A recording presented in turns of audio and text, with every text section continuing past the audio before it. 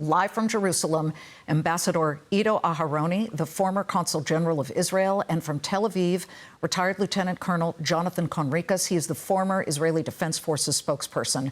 Jonathan, I'll begin with you. Let's get to the here and now. A half hour ago, Israel reported a second wave, possibly a third wave of incoming missiles launched by Iran. What can you tell us is happening? Yeah, good evening. Sorry, camera moved a bit. That's okay. Good evening. Thank you for having me on. Currently, Israelis have been told that it is safe to go out of shelters.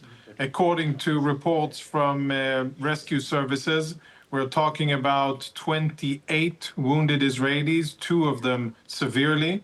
As far as I know, all of the wounded are civilians, including women and children, some of them. And rescue services have been out and evacuated them to various hospitals in central Israel. I'm not aware of any fatalities, and I hope that is how it will remain. I think that this Iranian attack on Israel, it answers the question of what the Iranians want to do, if they're looking to de-escalate the situation or if they're looking to escalate. And it appears as if they are indeed happy to escalate the situation. I think that's very important because that indicates where this is going. Up until this attack on Israel, the Iranians had the choice. They could either count their losses and basically allow Israel to finish their nuclear program, their weapons program, without Israel expanding its strikes on Iran. But the Iranian regime chose differently, attacked and fired a few hundred ballistic missiles at Israel and caused civilian casualties. And now what Israel is likely to do, there's no official statement of it yet, but what I think Israel will now be doing is broadening the scope of targets that will be attacked in Iran, and including targets that are regime sensitive or perhaps even national infrastructure related to oil, gas, and other important things. Ambassador, obviously, all bets are off, all talks are off at the moment. Iran has canceled talks that were scheduled for this weekend with the United States. Can you give us a sense right now of what that temperature is like, especially considering that, yes, as Jonathan Conricus just said, Israel limited its attacks to the nuclear facilities. In fact, we've got some video of Natanz. That is where the underground nuclear facilities are in many cases for them. There's some smoke coming up from that, and we are hearing from the IAEA that radiological and chemical contamination has been detected inside the facilities. But now you've got Iran coming through and hitting a building in Israel and targeting civilians. So does this end all possibility of any discussion? Well, I think, as was said before, the Iranians, the regime is interested in further escalating the situation. But let's not forget that both Israel and Iran, and certainly President Trump, are acutely aware of the limitation of deploying military power. At the end of the day, the president would like the Iranians to go back to talk about the deal and to perhaps voluntarily say, you know what, enough is enough. Let's end it here before it further escalates. This is a scenario that we will all welcome, obviously.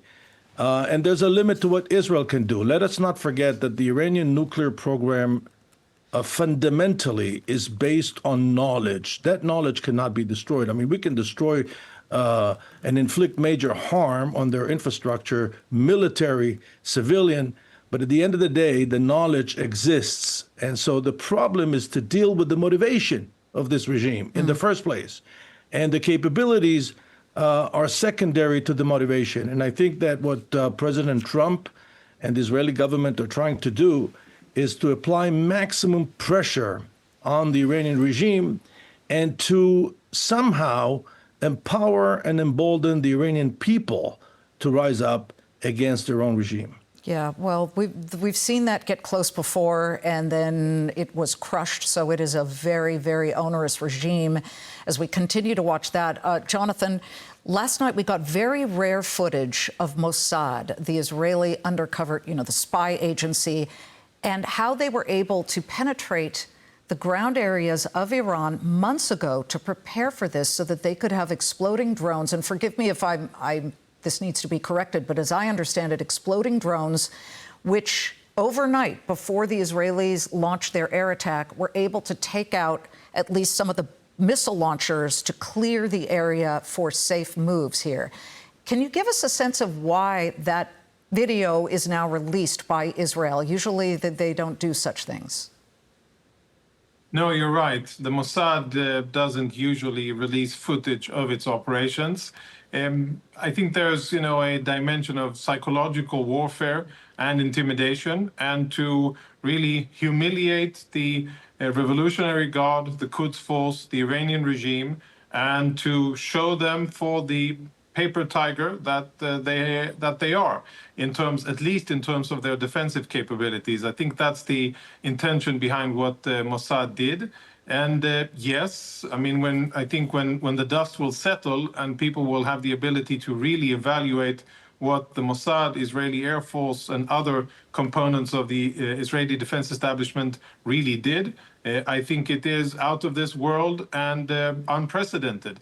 The effect of what Israel did against the Iranian regime in the opening strike, and then what Israel has continued to do in Natanz, in Fordo, and in other locations is quite significant. I would say very significant.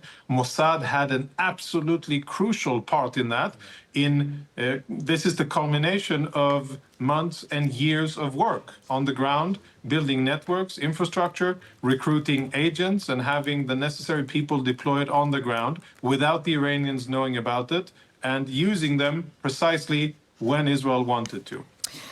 Ido, Democratic lawmakers here and some other critics are saying that this is a terrible thing, what Israel has done, and they've only made the region more unstable. What is your response to that? What do you say to respond to the fact that Israel, in some people's eyes, actually did the rest of the world's dirty work by hitting Iran's nuclear facilities, which were on the threshold of being able to produce actual nuclear bombs?